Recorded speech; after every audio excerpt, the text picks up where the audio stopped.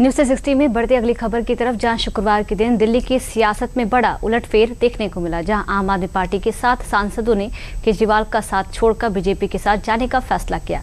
राघव चड्ढा की अगुवाई में सांसदों ने बीजेपी अध्यक्ष नितिन नवीन से मुलाकात की, जिसके बाद आरोप प्रत्यारोप का दौर भी शुरू हो गया है। आपका साथ छोड़कर बीजेपी में गए इन सांसदों में कौन कौन शामिल हैं, इस रिपोर्ट में देख लेते हैं।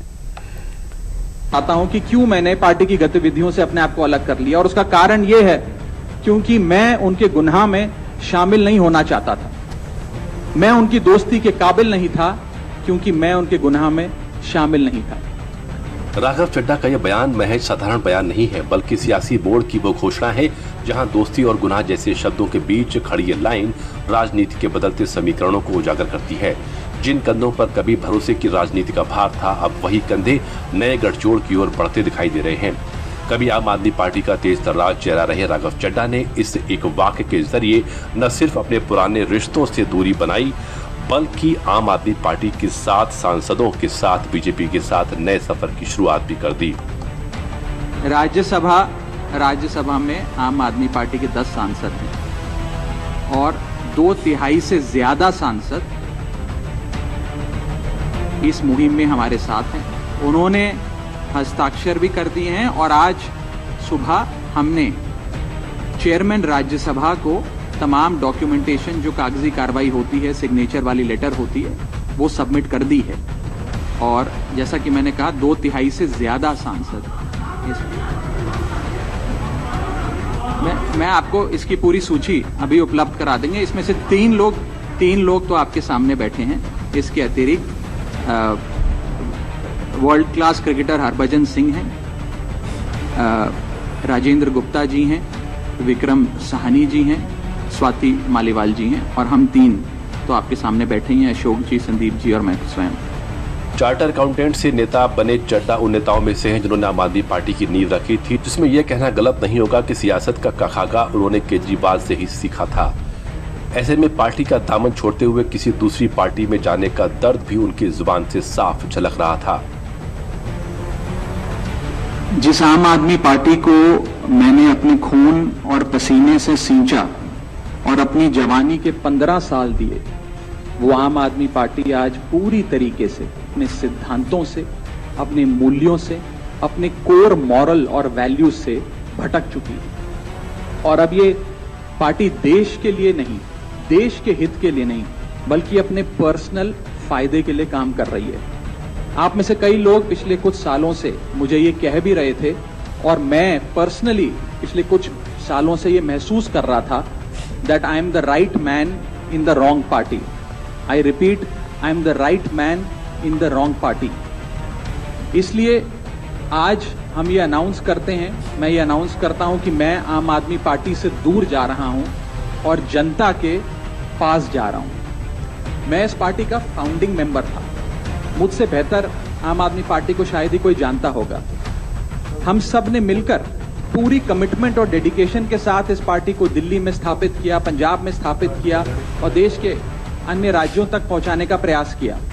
लेकिन आज मैं बहुत दुख के साथ, बहुत पीड़ा के साथ और बहुत शर्म के साथ ये कह रहा हूं कि जो पार्टी करप्शन खत्म करने की कसम खाकर बनी थी, वो पार्टी आज करप्ट और कॉम्प्रोमाइज लोगों के हाथ में बुरी तरीके से फंस चुकी है। सियासत के मंच पर जितना जरूरी होता है मजबूत नेतृत्व की अगुवाई में काम करना, उतना ही जरूरी होता है अपनी छवि को बनाए रखना भी। लिहाजा आम आदमी पार्टी में व्याप्त भारी करप्शन का कच्चा चिट्ठा तो राघव चड्ढा ने मीडिया के सामने रखा ही, साथ ही बीजेपी में शामिल होने के साथ साथ प्रधानमंत्री मोदी और बीजेपी के कामों की भी जमकर तारीफ की। आज हम एक ऐसे मोड़ पर खड़े हैं कि हमारे पास सिर्फ 2 ही ऑप्शंस थे, 2 विकल्प थे। या तो हम राजनीति छोड़ दें और पिछले 15-16 साल जो हमने सार्वजनिक जीवन में काम किया उसे त्याग दें, या फिर हम अपने अनुभव को, अपनी स्किल्स को, अपनी पूरी ऊर्जा और एनर्जी को लेकर पॉजिटिव पॉलिटिक्स करें।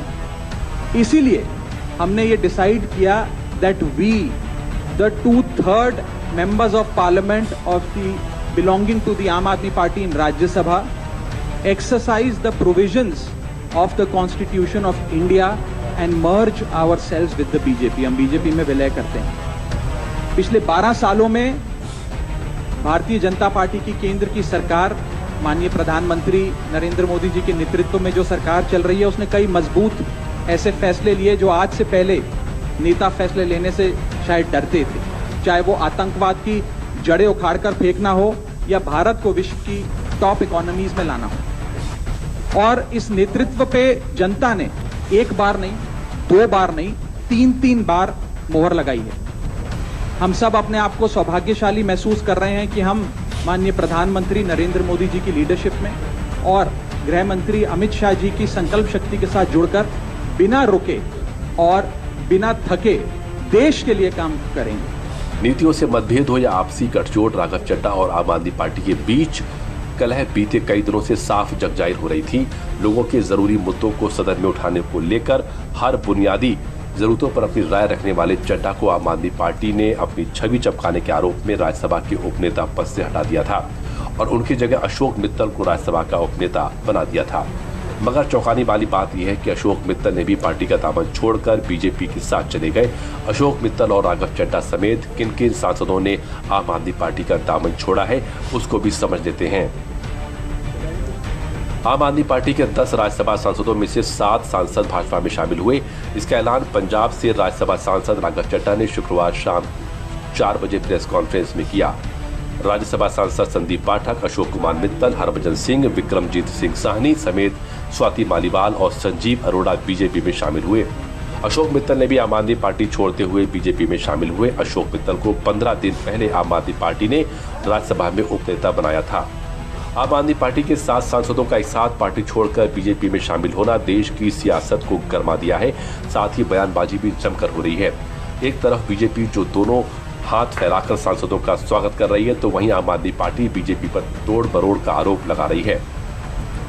को जिस तरह से अरविंद केजरीवाल और आम आदमी पार्टी टारगेट कर रही थी, तो ये स्वाभाविक ही था, इसमें कोई नई बात नहीं लगती। और लेकिन अगर उनके कुछ सांसद भी आ रहे हैं तो उसका हम स्वागत करते हैं। क्यों? क्योंकि अरविंद केजरीवाल भ्रष्टाचार के पर्यायवाची बन चुके हैं। लूट का शासन दिल्ली में उन्होंने किया, अब पंजाब में कर रहे हैं। और पंजाब की जनता के ऊपर जो पैसा खर्च होना चाहिए, वो पैसा गुजरात, गोवा में अपनी राजनीतिक पूर्ति के लिए वो कर रहे हैं। इस बात जग जाहिर है और कई सब लोगों को मालूम है। और अमित शाह जी से मैं कहना चाहता हूं, मोदी जी से कहना चाहता हूं, ये घिनौना खेल जो आम आदमी पार्टी के साथ आपने खेला है, ये घिनौना खेल जो पंजाब की जनता के साथ आपने खेला है, ये भगवंत मान की सरकार को रोकने का, उनके काम को बाधित करने का जो आपने प्रयास किया है, आपको भी इस गद्दारी और धोखेबाजी के लिए पंजाब की जनता कभी माफ नहीं करेगी। देश की राजनीति में जब भी कोई बड़ा चेहरा अपने पाले से हटकर नई दिशा चुनता है, तो वो सिर्फ एक दल बदल नहीं होता, वो पूरे सियासी संतुलन को हिला देने वाला संकेत बन जाता है। आम आदमी पार्टी के प्रमुख नेताओं में शुमार राघव चड्ढा का 7 सांसदों के साथ बीजेपी का रुख करना भी कुछ ऐसा ही घटनाक्रम माना जा रहा है, जिससे सत्ता और विपक्ष के बीच की रेखाओं को अचानक धुंधला कर दिया है। लिहाजा राघव चड्ढा के इस फैसले ने देश की सियासत में एक नया अध्याय जरूर खोल दिया है, जिसकी गूंज लंबे समय तक सुनाई देती रहेगी।